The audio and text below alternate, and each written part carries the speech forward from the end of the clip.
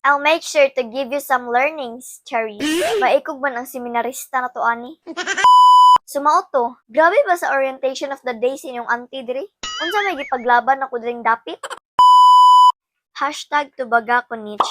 Napakoy chance from Alcoy, Cebu, I love you. Huh? Chance?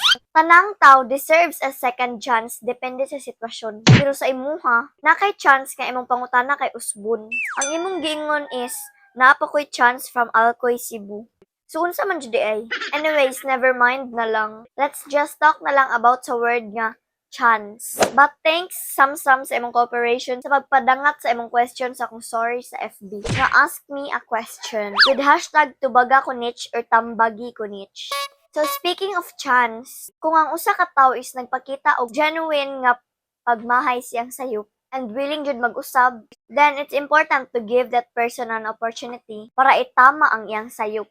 But it's also important to be very careful usahay, especially kung ang paghatag og chance is makaepekto na sa imong emosyon or happiness. Like betrayal, abusive relationship, crime, or anything. Just be very careful lang jud sa chance nga imong ihatag. Kaya ang pag-forgive or paghatag ng chance, dapat balance or depende sa sala or intention sa tao. Let's say, gitagaan nimo og third chance ang imong best friend nga nanguha sa imong ballpen. And then, og okay na mo, magsige na pud ka og kawad-an og ballpen. So ang ending, ikaw ang permiluoy. So kay dili man genuine ang pagpangayo og sorry or chance sa imong BFF, nga balik-balikon man gyapon og buhat niyang iyang sala. That's why balance-balance lang jud nato ang paghatag og chance.